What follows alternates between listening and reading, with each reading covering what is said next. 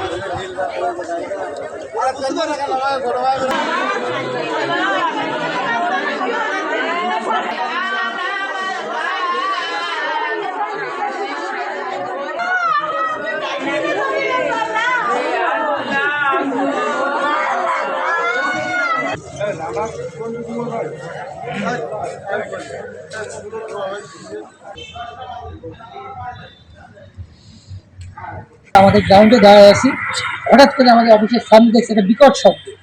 আমরা কোনো সংবাদ পাই নাই।